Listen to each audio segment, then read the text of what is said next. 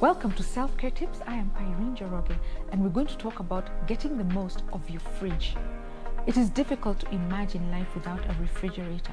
As one of the most important gadgets in the house, it is important to take care of yours in order to get as much as possible from it. Fridges run mainly by electricity, although there are models that are run on gas or even paraffin. The use and care of your fridge ensure that you keep the temperature at a constant of 50 degrees Celsius. This is the minimum to keep food fresh while using electricity economically. Pack foods carefully, but avoid placing them tightly together in order to allow circulation of the cooling air. To prevent foods from drying out and having mixed flavors, always cover foods. Small plastic containers and polythene bags usually come in handy for this purpose. Always allow food to cool before placing it in the fridge.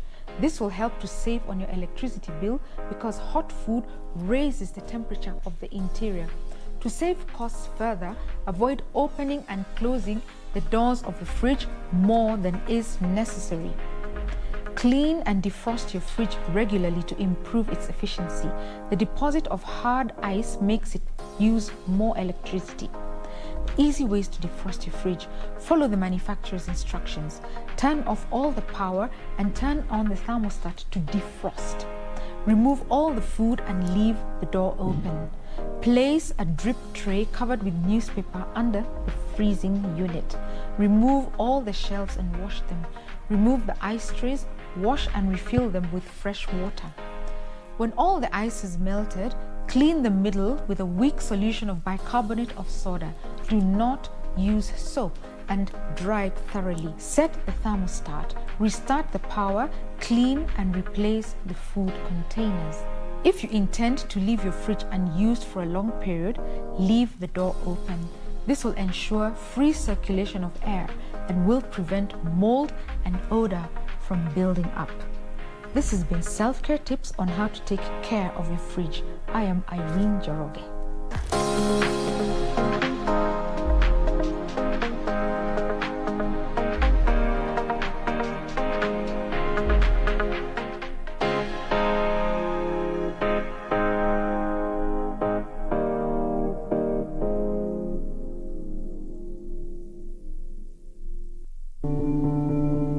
Tusirudi nyuma kwa mipaka na nchi kufungwa. Tusirudi kwa biashara na shule kufungwa. Kwa kutoweza kukutana. Kwa kutengana na tuwapendao. Tusirudi nyuma. Na kuhitaji unikinge, pata chanjo. Ili tuendelee na maisha vizuri. Na kuhitaji unikinge, pata chanjo. Na kuhitaji unikinge, pata chanjo. Na kuhitaji unikinge, pata chanjo. Na kuhitaji unikinge, pata chanjo. Ili tuendeleze maisha bora kwa ajili ya wapendao, nchi yetu na usoni wetu. Kwa ajili yetu sisi sote, pata chanjo. Kaa chonjo. Kuhakikisha nchi yetu na uchumi wetu umestawi katika uwazi. Tusirudi nyuma. Despite the development of kitchenware, cookware using modern technology, the art of pottery is still gaining popularity.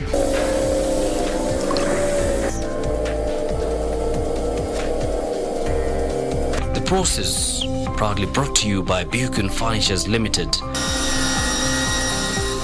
Local manufacturers of quality office furniture and dealers in quality office equipment like fireproof safes and cabinets. For orders, visit our showroom at Uniafric House, Koinange Land off Koinange Street.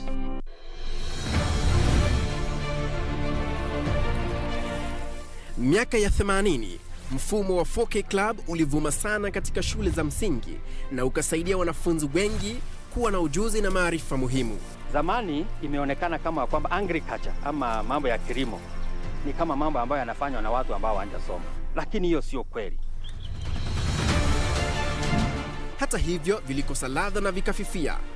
Kwa sasa Rais Uhuru Kenyatta amevifufua na kutoa agizo kuwa viwe katika kila shule kote nchini.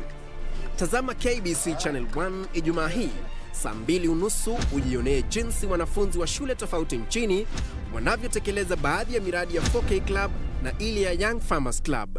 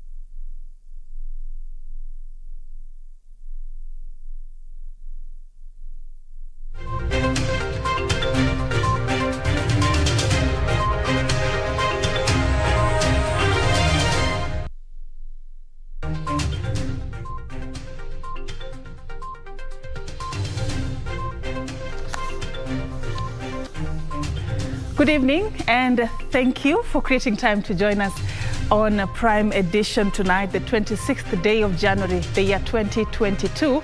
We got a comprehensive news bulletin lined up for you, including what happened today at the Senate as they were debating the political parties amendment bill. It was a busy day at the Senate, and just an update news just in. We'll be giving you more details about what emanated, plus the COVID-19 situation in the country as at today. We got details of that and much more contained in our comprehensive news bulletin that begins right now. But first, let me take you through the top stories.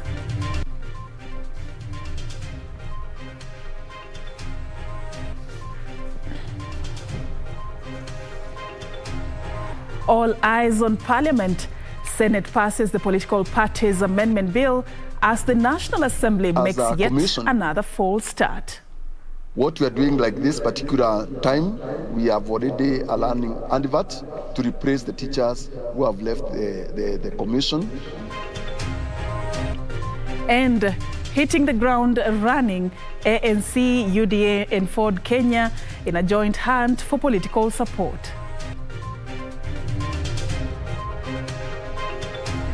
Hitting the ground running, UDA, ANC and Ford Kenya in a joint hunt for political support.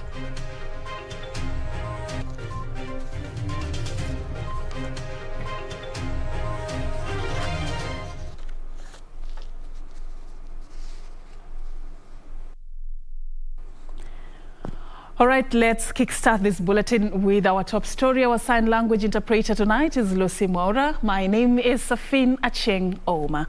Now, the National Assembly is expected to resume sittings on Tuesday next week after a one-week break that was occasioned by the failure by legislators to constitute the House Business Committee. MPs have been notified of next week's sitting after the House leadership communicated to the Speaker of intention to rescind the rejection of the House Business Committee. Majority Whip Emmanuel Wangwe expressed optimism that the proposed list of members to the House Business Committee will be adopted by the House on Tuesday. MPs allied to the Azimio la Umoja movement will endeavor to overturn this week's vote against the House Business Committee membership when the House resumes sittings next Tuesday. House Speaker Justin Muturi has instructed the clerk to publish the order paper in accordance to Standing Order 38 that requires the order paper to be published at least 12 hours before the particular sitting. This follows the submission of list of nominees for appointment to the House Business Committee by the leadership. Majority Whip Emmanuel Wangwe terming Tuesday's vote as an ambush by MPs allied to the UDA, saying they had numbers to overturn the vote. The tactic they used yesterday was an ambush, and we learned it a hard way. The generals are ready, and from the day we are going to resume duty as their head, I'm prepared now. Now I know what is happening, what can happen, and I assure you that the government side is intact. We will not make that mistake again. And people think when Musalia has gone, he has gone with the lawyers. 28 MPs from National Assembly yesterday attended the State House meeting. The Luya Nation in the House has 43 members. Mathematically, 43 minus 28, the other side has only 15, with which again we are raiding another 4 very soon. Budget and Appropriations Committee Chairperson Kanini Kega criticized the move by UDA-allied MPs, saying they will not succeed in their motive. They laid an ambush on us yesterday, knowing that most of the members were upcountry, and it's a conspiracy that they did, and they should be called out. So we have the numbers to overturn that decision. They are now claiming that they won, and I ask myself, what did they win? Because there is absolutely nothing that they won. It is only that they are working against the interest of the Kenyan people. Among key businesses awaiting the House include consideration of budget policy statement, which outlines the government's expenditure plan for 2022-2023 financial year. Gishoki Washira, Prime Edition. All right, and some latest development. The Senate has passed the Political Parties Amendment Bill without making any changes. The formation of coalition agreement timelines and the registration of rebel political party members had formed the basis of discussion Wednesday as senators debated the contentious piece of legislation. The bill now heads to the President for assent. The Senate on Wednesday began the debate on the Political Parties Amendment Bill 2021 with 6 senators: Elgeyo Marakwet, Kipchumba Murkomen, Samson Cherargei of Nandi, Kitui Senator Enoch Wambua, Murang'a Sirongo Kenyatta, and nominated Senators Petronila Were and Isaac Mwaura, further seeking to amend the bill with 31 clauses. I thought that it was unfortunate that these strict provisions are being brought in, but also being brought in closer to elections. If you remember, one of the most contentious issues that Curricular Commission raised was that don't change the rules too much close to the elections. Now the nominations are 3 months away, less than 3 months away, and you are putting these strict requirements for these political parties. What will happen, Madam Chair, is not just confusion will ensue, but also it will lead to a situation where the political parties will find themselves in so many petitions. You can tell that in the past, a month or even weeks to the general election, the winner is already is known at that time. So, Madam Chair, this amendment is straightforward, that we reduce the number of days from 90 to 30 or 1 month, so that there is sufficient time for parties to engage and allow the growth of democracy. Their proposal of deregistration of rebel members and coalition agreement timelines dominating the debate. I'm sure that any member who is affected by a decision of the political party's registrar and who is conscious of his rights, I am sure that that Gazette notice will not hit the Assembly or the Senate before an action is taken. Senators further took issue with the proposal to strengthen the office of the Registrar of Political Parties in overseeing party nominations, claiming the move would lead to micromanaging of political parties. Those aggrieved have hinted at heading to the courts to stop its implementation. For Prime Edition, I'm Gladys Mungai. Thank you, Gladys, for that report. Now, away from that to matters education, the Teachers Service Commission, TSC, has rolled out a program to replace teachers who left the service through attrition. TSC Chairperson Jamlek Muturu says priority will be given to areas with acute shortage of teachers. Purity Museo reports.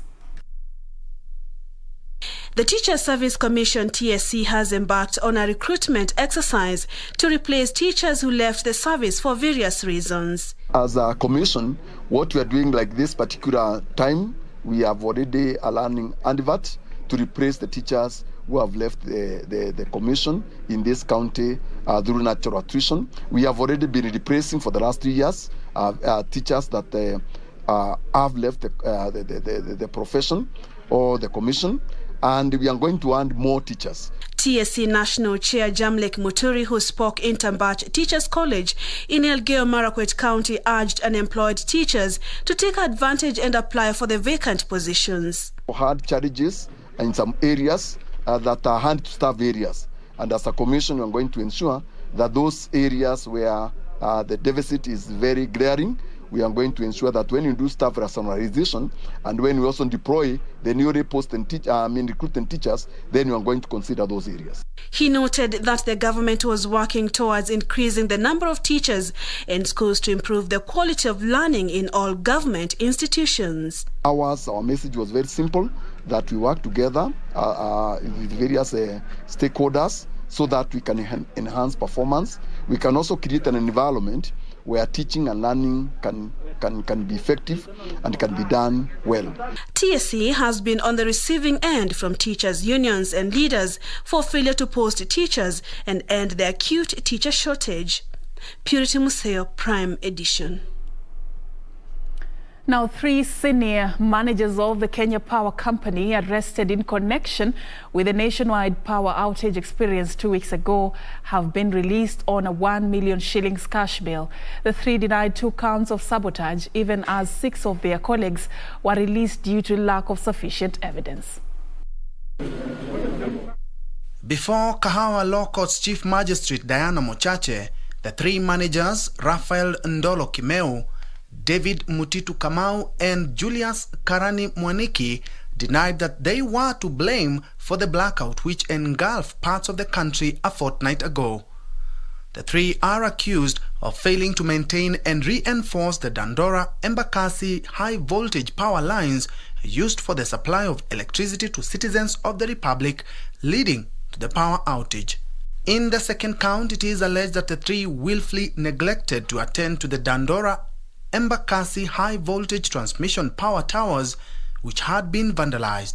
The board of management, yes, the board of management and other senior managers are. There's an intention to arrest them and charge them with some of these offenses, probably negligence, but probably I don't know exactly how they're going to word it. But if the offense right now these guys have been charged with is only for negligence, then again. Maybe they'll have to come up with the other charges, but then there's a certainty that they're going to arrest them and that this will be very soon. The case will be mentioned on 9th February. For Prime Edition, I'm Ben Troinjue. Now, the Independent Electoral and Boundaries Commission has attributed the low turnout in the ongoing enhanced voter registration exercise to lack of crucial documents such as identification cards among the youth. Speaking in Kisii, IEBC Commissioner Justice Nyang'aya said the county has a total of 13,000 uncollected national ID cards lying at various chiefs and assistant chiefs' offices. Nancy Okware with details on the voter registration situation across the county. With only 11 days left before the second phase of enhanced voter registration exercise closes, voter apathy continues to characterize the all-important electoral process across the counties, even as the Independent Electoral and Boundaries Commission targets to enlist 4.5 million new voters. In Kisii County, IEBC has blamed structural challenges posed by some stakeholders for the low turnout. IEBC Commissioner Justice Nyang'aya saying that 13,000 national identification cards were still uncollected, with another 10,000 yet to be processed since October last year. Young people was our target. Please let them know that we are waiting for them to register them. They have a big role to play in electoral governance in this country. And if they don't do that, others will do it for them. A similar situation was witnessed in Murang'a County, where IEBC officials have decried low turnout. Murang'a County Elections Manager Joseph Mukewa disclosing that since the exercise kicked off last week on Monday, they have managed to register 5,575 voters against revised set county target of 156,632 voters. Ni percentage ya 3.5, kwa hivyo bado tuko chini sana. hii zoezi ndio la mwisho, ndio kuelekea uchaguzi wa tarehe 9 mwezi wa 8. Kwa hivyo hatukutakuwa na nafasi nyingine. Sometimes we even have a youth that has an ID and they will show you the ID on your face and they will tell you that they are not going to register. That is very unfortunate. 5-1 5-4 5-4 8-1. In Garissa County, the Independent Electoral and Boundaries Commission is urging the political class to mobilize the public to register as voters in their respective counties. Garissa IEBC election manager Hussein Gure says the county is witnessing a low turnout and politicians can play a vital role in reversing the trend. We are following the pastoralists to where they are. With our registration teams to be able to register them, and when they come back later on during the election, they will be able to vote. Nancy Okwari, Prime Edition. And Deputy President William Ruto, ANC leader Musalia Mudavadi and Ford Kenya leader Moses Wetangula today held a joint rally saying their newly found political coalition is unstoppable. They were speaking at the ASK showgrounds in Nakuru.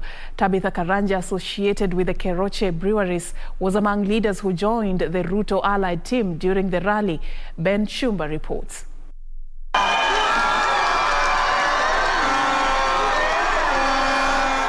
3 days after Deputy President William Ruto unveiled a political pact with ANC leader Musalia Mudavadi and Moses Wetangula's Ford Kenya, the three held their first joint rally in Nakuru County. We have come here to stand together as members of UDA, ANC and Ford Kenya so that we can resist the temptation to take our country back to ethnicity, division and violence. We are here because our ideologies are getting together.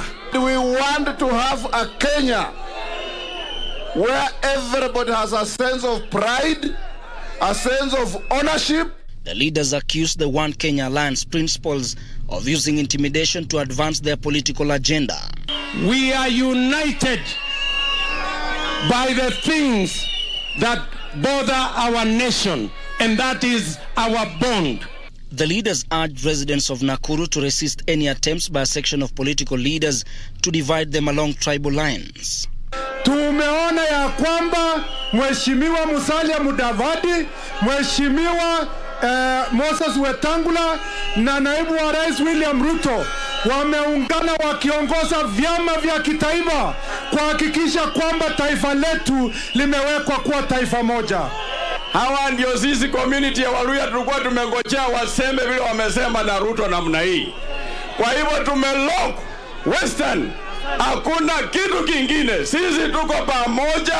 Sisi pale pwani tumesema hii serikali ndio itakwamua uchumi wa pale pwani ili kila Mkenya afaidike na uchumi wa pale pwani. Ruto used the rally to unveil aspirants such as former Keroche Breweries Limited Chief Executive Officer Tabitha Karanja, who is eyeing the Nakuru senatorial seat. After the Baringo and Nakuru political rallies, Deputy President William Ruto, ANC party leader Musalia Mudavadi and Ford Kenya's Moses Wetangula will lead to Bungoma for yet another political rally on Friday.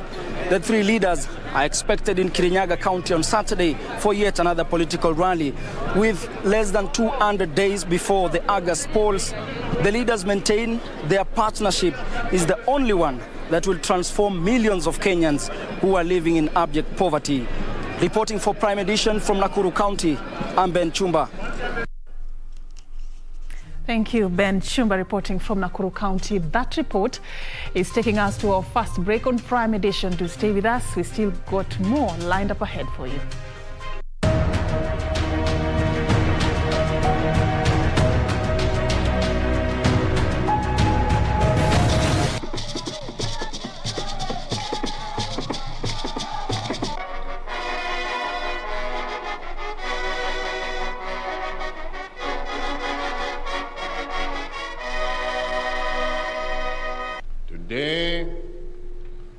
we shall witness the official opening of this magnificent building.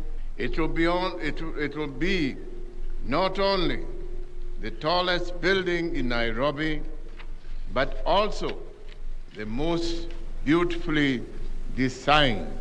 It is now my great pleasure to declare the Kenyatta Conference Center to be officially open.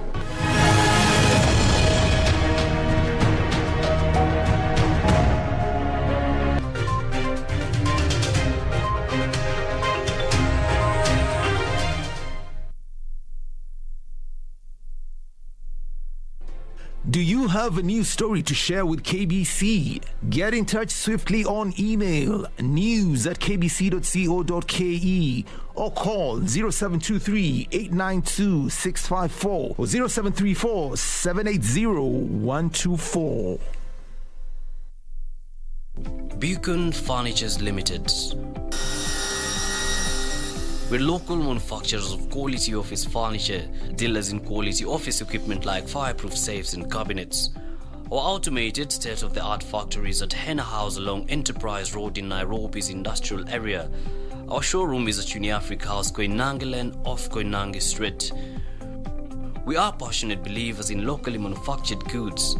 When you and I buy locally made furniture, we impact on the livelihoods of our brothers and sisters. For orders, visit our showroom at Uniafric House, Koinange Lane off Koinange Street. Beacon Furnitures Limited. Jenga Kenya, tupate ajira. We'll share the same room, yeah. But your brother bread. Is this love? For I was a soul who was lost, and my life was in dismay. For among evil forces in which I played. Go to the people on your way up the ladder, cause you meet them on your way down. Cross the way.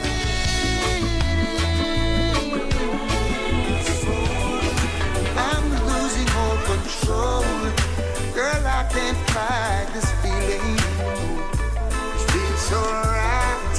Champagne and candlelight. I feel good when you're wrapped up in my arms, dancing to a reggae song. Feel good, feel good.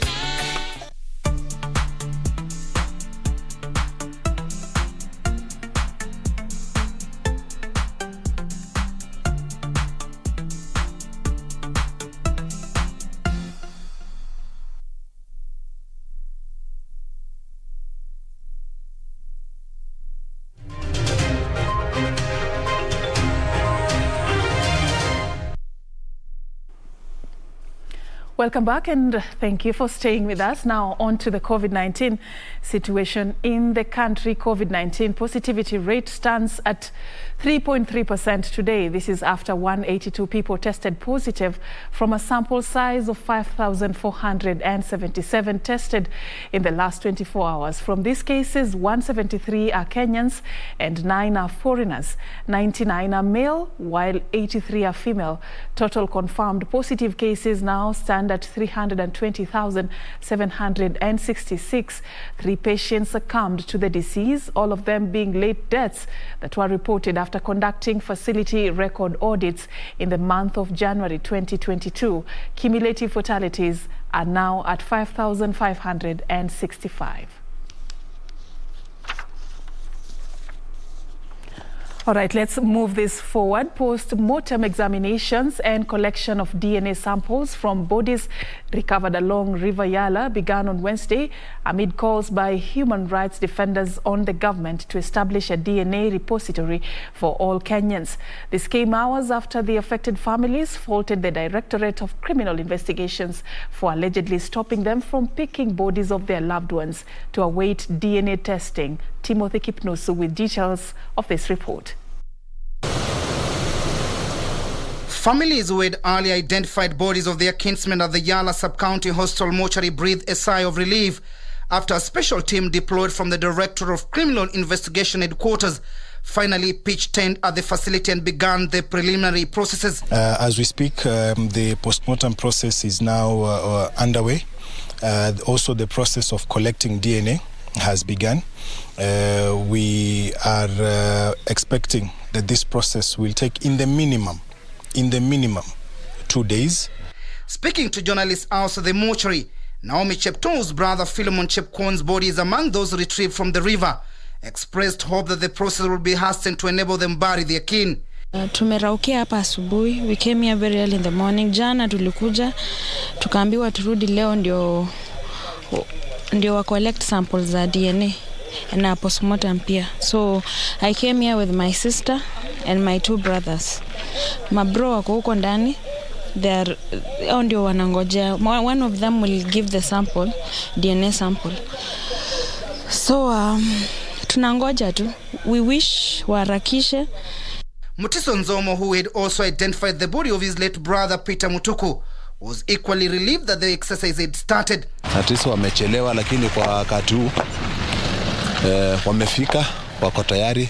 Kwa hivyo tuko hapo kama familia, tunasubiri pamoja na familia zile zingine ndio tujue DNA na postmortem itafika saa ngapi. Human rights activist led by Haki Africa Executive Director Khalid Hussein called on Parliament to come up with a law that will establish a DNA repository that will collect details of all Kenyans right from birth. So we are asking Kenyans to consider this, particularly the legislature, to consider introducing mandatory DNA testing at birth. That way we'll be able to assist and to hasten processes or to quicken processes such as these ones that we have to now undergo. Although we are also still seeing some challenges, like even the mortuary not being in a good state, to do this postmortem as quick as possible. Meanwhile, a section of Yala residents are calling for assurance from the government that river Yala waters are safe for human consumption. So when you hear there are bodies rotting there, do you really need to go there to do some small irrigation? You can't. So it has really affected us as a community. Timothy Kipnoso for Prime Edition. Really unfortunate. Our thoughts and prayers remain with the families that have lost their loved ones. Now let's take this forward. 24.8% of Kenyans are undernourished, with 25% of children under 5 years experiencing stunted growth. Speaking during the launch of the 2021 Global Hunger Index report, Welthungerhilfe Country Director Kelvin Shingles says conflict, climate change and the COVID-19 pandemic are to blame for Kenya's slow progress in the eradication of hunger. Over 2 million people are facing acute starvation in Kenya as the pangs of drought continue to bite certain parts of the country. Speaking during the launch of the 2021 Global Hunger Index report, Welthungerhilfe Country Director Kelvin Shingles termed conflict, climate change and COVID-19 pandemic as the biggest drivers of the food crisis. We're seeing 2-3 years of depressed or minimal rainfall supporting rejuvenation of grazeland, supporting agricultural production. And unfortunately, we're seeing now that the frequency of drought is on the increase due to climate change. Kenya scored 23.0 in the 2021 GHI report, which lists the country at position 87 out of 116 countries ranked. The report further indicated that 24.8% of Kenya's population is undernourished, while 25% of children under 5 years are stunted. Since the year 2000, the GHI score in Kenya has decreased by 13.7 points, which represents a percentage decrease of 37.3%. However, Kenya's GHI score trend shows that although the decline in the score is steady, it is falling at an increasing lower rate, meaning the progress in the fight against hunger is actually slowing. With the country almost entering the red zone in the hunger crisis, stakeholders are calling for sustainable solutions, which include building resilience among the affected communities. For us to, reverse that requires, I would suggest something not less than a Marshall Plan to completely transform the northern part of Kenya that is a huge resources, but have been very much underserved, and little investments have been given to that region. So with the State Department of Social Protection, we are also implementing nutrition counseling, which is a top-up for the families who are receiving cash transfer. With the Ministry of Agriculture, I said we cannot talk about nutrition without food. There's a lot we are doing, including the 1 million kitchen garden initiative. In the past, we used to have what we call hunger safety net program. These used to work in Turkana County, Marsabit County, Wajir County, Mandera County. We have now increased those numbers to Tana River, Garissa, Isiolo, Samburu. So from 4 to 8, these has doubled. Talking about people changing their lifestyles from pastoralists having small farms to be able to grow the feed that they need for their livestock instead of moving around for that. And this is how we can change the way we fight climate, and we are able to reduce conflict.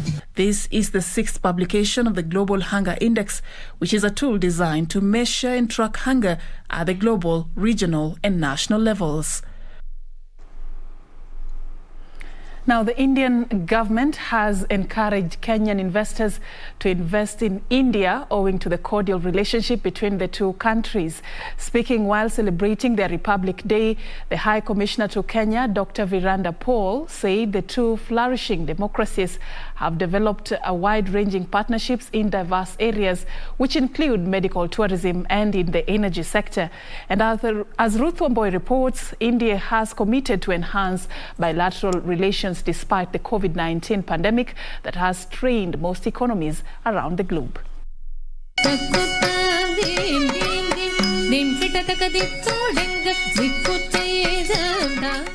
Songs and dances filled the air during commemoration of 73 years of India's independence.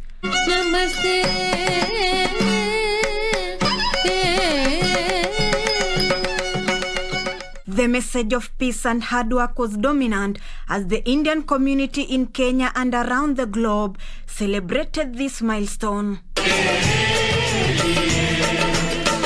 India's High Commissioner to Kenya taking the opportunity to rally investors to take advantage of the good bilateral ties the two nations enjoy. It has been consistently our effort to encourage Indian investors to invest in Kenya, and also Kenyan investors to invest in India. And India has traditionally been a major investor in the Kenyan economy. And with the coronavirus pandemic that brought a global slowdown of unprecedented scale, disrupting supply chains and international trade, the High Commissioner said India was committed to strengthen the larger framework of post-COVID recovery. Supply chain architecture is going to be, redesigned, if I may say, and this provides an opportunity for both Indian and Kenyan business communities to sit together and see how they can work together to make the fullest use of available opportunities. At the same time, new initiatives in the fields of energy and healthcare are underway, with medical tourism of Kenyan professionals to India being on top gear. We have already shown that the healthcare supply chains is an area where India has made a difference. In our interactions, we have been advising them, to keep our eyes and ears open, looking for opportunities and make the best use of what we have. Ruth Wamboi for Prime Edition. Away from that, hundreds of sugarcane farmers from Mumias East Kakamega County held demonstrations on Wednesday to demand the withdrawal of a case currently in court, blocking the reopening of Mumias Sugar Company. Details of this and more stories from our county news wrap as filed by Brian Moendi. The agitated sugarcane farmers took to the streets of Shianda Market in Kakamega County, claiming they have waited for so long for the company to be back at its feet, but so far, nothing is fruitful. The farmers wondered why there are so many cases piling up in court about the company, yet none of them has been dispensed. Lazima wasimamisha mambo za kesi kotini, watu wetu wapande miwa, maisha iweze kubadilika, watu waweke chakula kwa meza, sivyo? Sisi hatutaki maendeleo ya mabarabara. Tunataka Mumias ndio pesa ikuwe katika circulation ya Mumias. Meanwhile, traders in Kitale now want the government to rethink its directive of banning the scrap metal, saying the move had adversely affected their business. Wakati hii order imetoka hii ya president ya kusimamisha scrap metal, imetuaffect sana. Ya kwanza, hatukuwa na time, tumetoa time ya kutoa stock yetu. Wengine wetu tuko na loan na tumefungua stock yote iko ndani. In the meantime, youth in Kakamega and Nyanza regions have been urged to support the government efforts in fight against violent extremism in the area. Youth Art Development and Entrepreneurship Network Senior Program Officer Harrison Okwatuche said they will indulge the local youth with the aim of changing their mindset. We can work together with the government to address the issues of violent extremism, particularly the drivers that make young people go into violent extremism, especially the issues of critical thinking among young people. So tunataka wakifika mtaani waweze kuongea na vijana wenzao. Brian Mwindi, Prime Edition. And now on to our weekly feature, Cinemas and Theatre. Tonight our reporter Jacqueline Masharia reviews the film Lame. Take a look.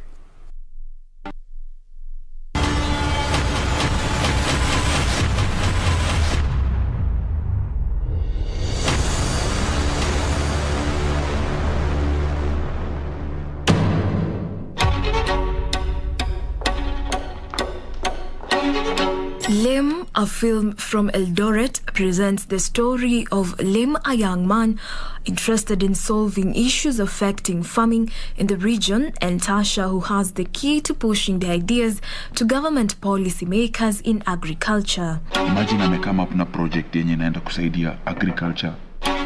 Lakini shetani ni nani buda? Through ill fate and Lame's attraction to Tasha, the two mess up opportunities for these. From strangers to adversaries, Lame and Tasha have to find a way of working together if they are to succeed in pushing through with their ideas. Starring Octavia Zonyango, who plays the character Lame, and Kui Gitonga, who plays the character Tasha, the film is slow-paced, youthful, and showcases a different urban landscape from the ordinary urban Kenyan film, which are mainly set in Nairobi. So we partly auditioned, and this involved me watching theatre people doing their stuff. Because Octavius is a thespian. He acts both on stage and in film. So that's why I picked him as a good actor. Koi had worked with her earlier because we had casted for another film initially, the role of Tasha, among others. Produced by B. Cosmas and directed by Joan Rispa Kirago, the film, made possible by Kenya Film Commission's Film Empowerment, differs from Hollywood's style of storytelling in film. There is a mix in the use of Kiswahili and English. Realize that youths actually have to know that solutions lie with them, that we don't have a savior for their joblessness, for their idleness, for anything that afflicts them. But if they take issues into their hands and try to solve them, like the one in terms of farming, they can be significant, or they can contribute to solving issues outside of their comfort zone. That's why we centered it in Eldoret. Silence on set. Lame went to screen at Rupa's Cinema in Eldoret and Sin Cinema in Nairobi and Alliance Francais in Mombasa. It was nominated and screened at European Film Festival 2020, Uganda International Film Festival 2020 and Real County Film Festival 2020. Commissioned by funding productions, we are increasing in terms of the quality of the product that we are taking to the market, so that if it's Netflix, if it's Showmax, if it is Viusasa, if it is TV, if it is Mnet, if it's all this, then they can actually buy our production because now we have the capital. We shoot a movie, for example, in Kamukunji Estate in Eldoret. And in December, we come and show that film among other films. People actually get to know that we have Kenyan films. Kenya Film Commission is strongly going to high schools with film clubs to establish films. And also, as filmmakers, even in Eldoret, I've been going to different high schools in the region, teaching students about Kenyan films. So you see, when these people graduate, and so I believe that in the next generation, then the market for film will have actually spread so much. Jacqueline Masharia for Cinema and Theatre.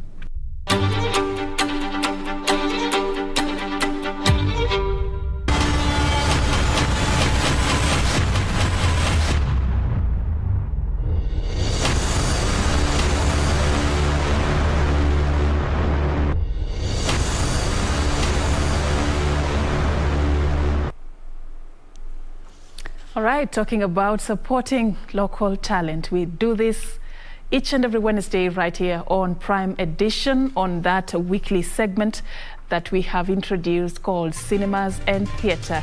Great reporting there by Jacqueline Masharia. That report is taking us to our another break on Prime Edition. Remember, there's still more lined up ahead for you. Matter Sports will be coming later with Richard Munga, but first, Caroline Jenga will be bringing you the latest from the world of business. Do stay with us.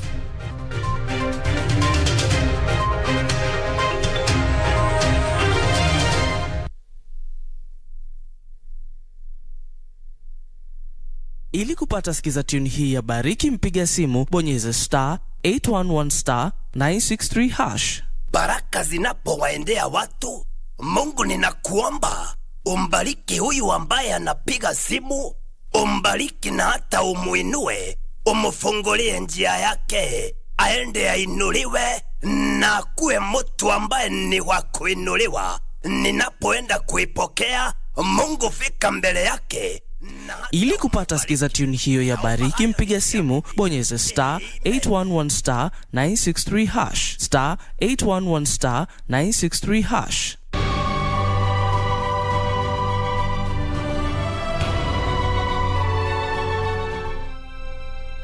Taking Isaac to Moriah, we'll sacrifice to the Lord. Father, why do we sacrifice? We sacrifice out of obedience. It's how we worship. My God! Have mercy, oh God! Where is the lamb for the burnt offering?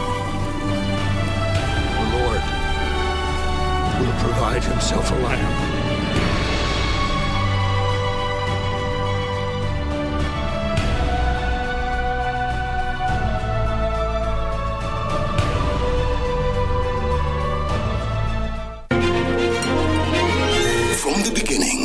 Right there with us. And Kenya ceased to be a colony and became independent. As Kenya became a sports powerhouse. The man who won fame in the Commonwealth Games, the Kenyan policeman Kaino, an amazing runner. As the country's music thrived.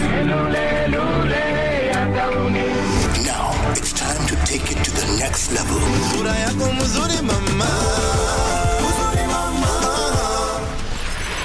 KBC English Service, Radio Taifa, and KBC Channel 1.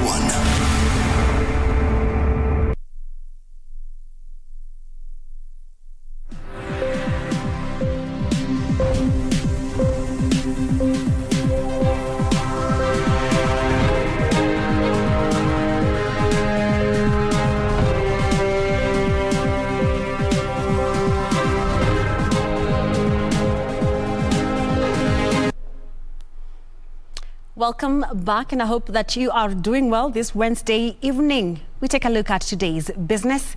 My name is Caroline Jenga. The Kenya Revenue Authority has lost more than $500 million shillings due to the border crossing row with Uganda that started this month. KRA says trade between Kenya and Uganda has significantly reduced by the neighboring imposed new regulations on COVID-19 tests and certificates. KRA is optimistic that normal operations at the border points would resume from tomorrow after the issues were resolved and more personnel deployed to clear the backlog. The Kenya Revenue Authority says the monthly collections at the Malaba and Busia border points have reduced from 1 billion shillings monthly to 600 million shillings since Uganda introduced a mandatory COVID-19 test for travelers from Kenya. Dropped to around 600 million per month. And this is courtesy of the challenges that we have been having with COVID. As you are aware, Commissioner talked about the traffic jam that was at around 70 kilometers. KRA officials say the traffic snarl-up saw the taxman lose out on collections from mainly sugar and animal feeds that are imported from Uganda. Most of the revenue we get from Uganda border is normally the ethanol that comes from Kakira and other sugar factories in that area. We are also getting a lot of other products like animal feeds from that area. However, KRA says the two drive-through scanners at Busia and Malaba border ports are in full operation and clearance of trucks headed to the neighboring country might be done by the end of today. A lot of work going there. We've deployed enough staff, both from our side and from our Ugandan counterparts. We are working closely with the Ugandan officials, the Commissioner of Customs. We talk daily to just see how can we unlock this tailwind. KRA is seeking to increase automation of border points to crack down on counterfeit products and increase revenue streams. The elimination of pre-shipment physical inspection by customs for exports. Exporters now process their export entries, cargo are scanned 100% with no physical intervention on arrival at the airport. We've worked a lot on our border control mechanism, ensuring that we have scanners across most of our entry points. So we have scanners at the Port of Mombasa, we have scanners at the JKA and Moi International Airport, Eldoret International Airport. Benson Rioba reporting for Prime Edition. Auditor General Nancy Gathongo is calling on Parliament to expedite debate on submitted performance audits to pave way for implementation of recommendations therein. Speaking during the launch of the 2021-2026 Office of the Auditor General's strategic plan, Gathongo decried delays and inadequate funding that are hampering effective service delivery by the Auditor General's office. In the 2017 to 2021 strategic plan for the Office of the Auditor General, inadequate funding and budgetary constraints are listed as operational risks. We are appealing to the government to move to a core basis of accounting. This is a critical move to the accountability process. It informs government decision-making from whole of government perspective. It will improve transparency in government financial performance, including full disclosure of pending bills, enhanced disclosure and management of public assets, and enhanced accountability and transparency in resource mobilization, allocation, reallocations, and utilization. Speaking during the launch of the 2021-2026 strategic plan, Auditor General Nancy Gathongo called on Parliament to expedite debate on submitted performance audits to pave way for implementation of recommendations, noting that delays were compromising the oversight mandate. Some of the reports have provided recommendations which, if implemented, would have mitigated against some of the current issues we are experiencing as a country. Section 20 of the Public Audit Act of 2015 requires that the accounting officer in the Office of the Auditor General submit the budget estimates to the Cabinet Secretary, National Treasury, for review and submission to the National Assembly, while Article 249 of the Constitution requires the involvement of Parliament to allocate adequate funds for the Auditor General to perform its functions. We have appealed for more funding, and I want to express hope that we will get resources with the intervention of critical players in the budgetary process in order to timely implement and meet our strategic objectives and deliver on our mandate effectively. The strategic plan also acknowledges 4 key expectations among Kenyans, which include providing assurance that public resources are accounted for and utilized for citizens' benefits, providing timely and user-friendly audit reports, making audit reports publicly available and easy to access, as well as focusing on audit areas that are of significant impact. Regina Manyara reporting for Prime Edition. Moving on, the central bank has retained the benchmark lending rate at 7%, as has been the case since April 2020, meaning the cost of credit will remain the same. Central Bank Governor Dr. Patrick Njoroge says that who chairs the Monetary Policy Committee, says the decision is informed by well-anchored inflation expectations and expectations of a continued robust economic performance. Policymakers of the central bank expect inflation to remain within the target range of 2.5% and 7.5%, helped by muted demand pressures and the government's measures to lower electricity tariffs and stabilize fuel prices. In addition, the policymakers acknowledged strong growth in exports that increased 11.1% in 2021 as compared to a growth of 3.2% in 2020. Exports of horticulture and manufactured goods increased by 18.9% and 33.4% respectively in 2021 when compared to 2020. Imports increased by 25.4% in 2021 compared to the decline of 12.4% in 2020, reflecting increased imports of oil and other intermediate goods.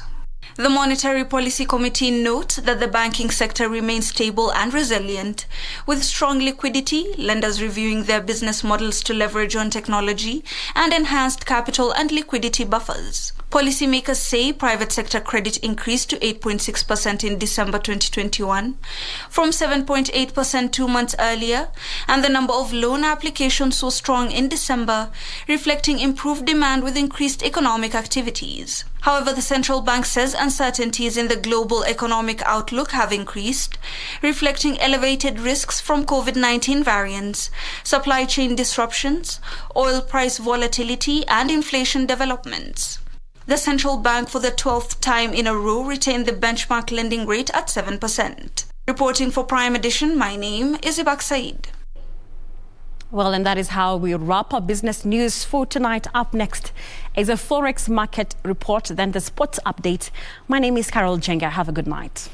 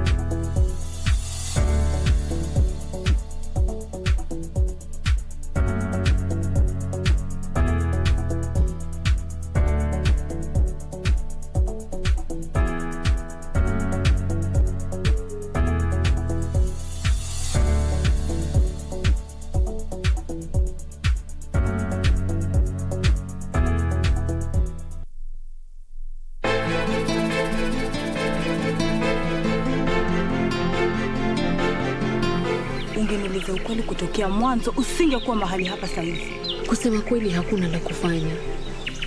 Basi turudi kwa baba, labda atatusaidia. Umemuona ama umeota? Hakuna tofauti hapa. Siwezi kukubali huyo mtoto aishi hapa.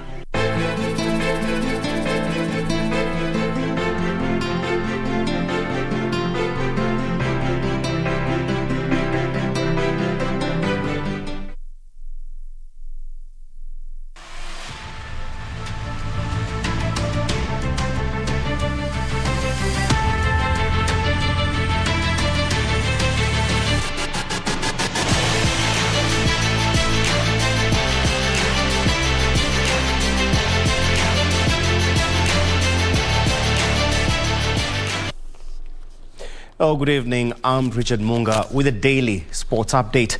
Now, Kenyan sprinter Ferdinand Omanyala and Olympic champion Faith Kipyegon were the best sports personalities of the year 2021, according to the Sawyer panel of judges. The two Kenyan greats were awarded for their outstanding performances in 2021, alongside other sports personalities who won 10 other different categories at the Sawyer Awards Gala held last night at the Bukungu Stadium in Kakamega County. The 2021 Sawyer Awards Gala, the 18th edition of the annual ceremony that has recognized Kenyan sportsmen and women for their hard work, was held in Bukungu Stadium. And who else than Ferdinand Omanyala and Faith Kipyegon to steal the show in Kakamega County? Omanyala's 2021 performances in the sprints that saw him set the national record for their 100 meters was named the Sportsman of the Year, while Faith Kipyegon, the 1500-meter star who ended Sifan Hassan's dream of an Olympic triple at the Tokyo 2020 Olympics, took the Best Women of the Year 2021 award. I've been watching this event on TV for the last 3 years, 3 awards, but now it's me being watched here. So it's a pleasure, and I thank everyone for, the organization and everybody for doing this. It's motivating, and it's also something that shows people appreciate what I'm doing. Like what to say. Thank you so much. I'm so grateful today. DG Kakamega County, Senator Kakamega County, and President Nook. Thank you so much. I'm so delighted today to be here in Kakamega. Olympic marathon champion Eliud Kipchoge, who also won a second consecutive Olympic gold in Tokyo, having taken the marathon gold in Rio, Brazil in 2016, was named the greatest of all-time athlete. I therefore accept this recognition award on behalf of all athletes who went beyond their comfort zone, who were super resilient, super courageous, and super patriotic, and who demonstrated how even a world facing the unpredictable world of COVID can still be united by sports. Kipchoge, who won silver on the track in Beijing and bronze in Athens, has been a great athlete on the road, winning a total of 9 world marathon majors besides the 2 Olympic gold medals. Two-time World Olympic champion Simon Kibai and Nancy Chelangat, the only Kenyan athlete to win a medal at the Tokyo 2020 Paralympics, were named the best sportsman and woman of the year living with disability. The National Rugby Sevens team Shujaa, currently in Sevilla, Spain for the 4th leg of the HSBC World Series, was named the best men team of the year, while Sekafa champions Vihiga Queens was named the best female team of the year. The Queens coach Charles Okere was recognized for being the best coach in 2021. Heringston Wanyonyi, the world under-20 racework champion, and Teresia Mudhoni took home the most promising male and female of the year awards.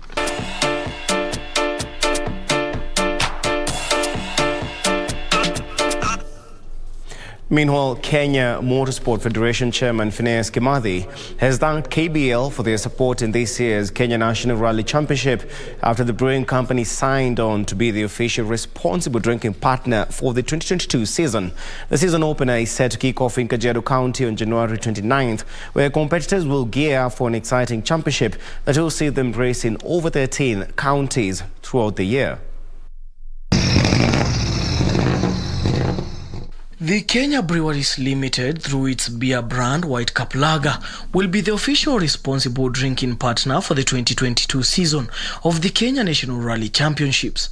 Speaking during the announcement of the partnership, East African Breweries Limited head of marketing Jean Okechnyawara noted that supporting motorsport was a strategic move as the company seeks to renew its commitment towards supporting sports in the country. We are very excited today as KBL to be announcing our partnership with the Kenya Motorsport Federation.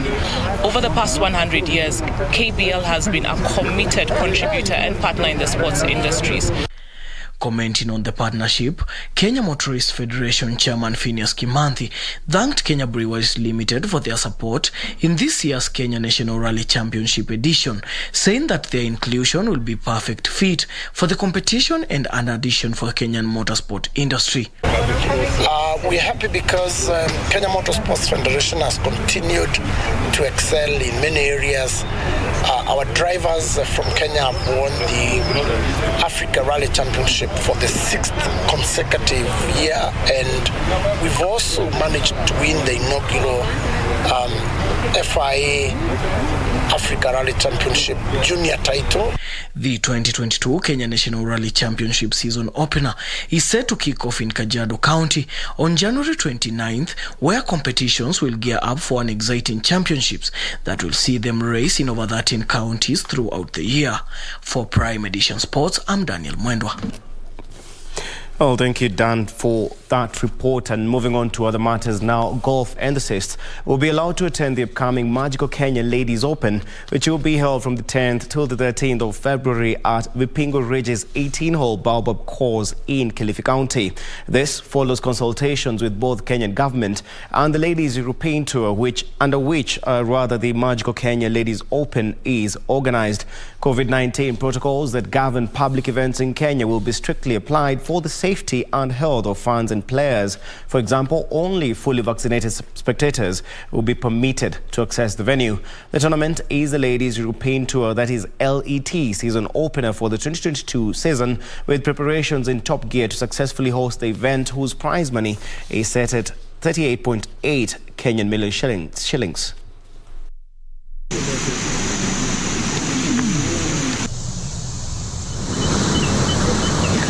Go.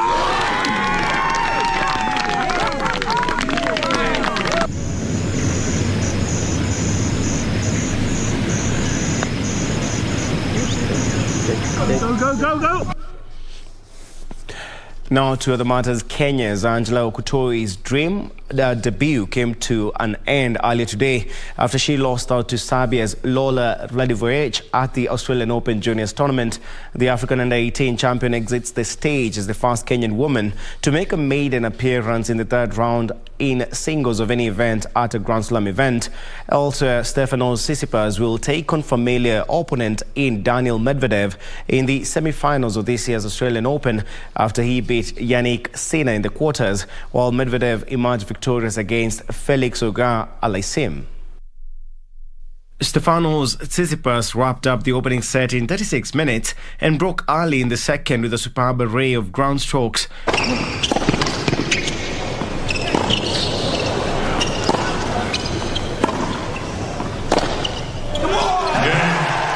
20-year-old Sinner was unable to lay a glove on the Tsitsipas serve, and it was the Greek who again broke early in the third, teeing up the moment with a stunning backhand winner.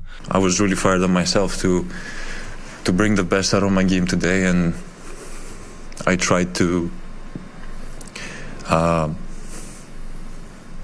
get my level as high as possible, because I knew that I need to form that kind of standard from early on. Meanwhile, title favourite Daniil Medvedev saved a match point before producing a stunning comeback against Felix Auger-Aliassime. Medvedev eventually won 6-7, 4-7, 3-6, 7-6, 7-2, 7-5, 6-4, becoming the first player to fight back from 2 sets down in Melbourne this year.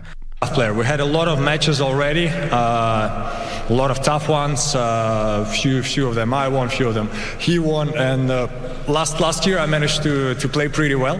So I just hope that I'm gonna serve well and show my best tennis, and that's how we can have a good match. Tsitsipas was beaten by Medvedev in last year's semis, won 6-3, 6-4, 6-2, and now he has the opportunity to avenge that defeat and reach his first Australian Open final, where he will take on the winner between Rafael Nadal and Matteo Berrettini. Well, now, earlier today, we had 2 slots left in the quarterfinals of this year's Africa Cup of Nations tournament, but now it's only one. What happened? Ivory Coast was taking on Egypt, and after a goalless draw in regular time as well as extra time, the match went to penalties. After 4 successful penalties, United's Eric Bailly steps up to the spot, misses his spot kick, after which Mohamed Salah of Liverpool steps up and gives Egypt a 5-4 win on post-match penalties, which means there's only one slot left before the quarterfinals, and that will be decided, or rather is being decided currently, with the match pitting Mali against Equatorial Guinea having kicked off in the last 1 minute. For what happens next, be sure to stay tuned into KBC's subsequent bulletins for all the updates as well as the highlights. I'm Richard Munga. That's all we had for Sports Tonight. But don't go too far. Serfine Achieng is on the other side of the studio. Have a good night. Thank you, Richard Munga. And after the sports, it's now time for some nice reggae music. The rave is coming up next. That means our time is up. My name is Serfine Achieng, and our sign language interpreter has been Lucy Maura. Have a good night and God bless.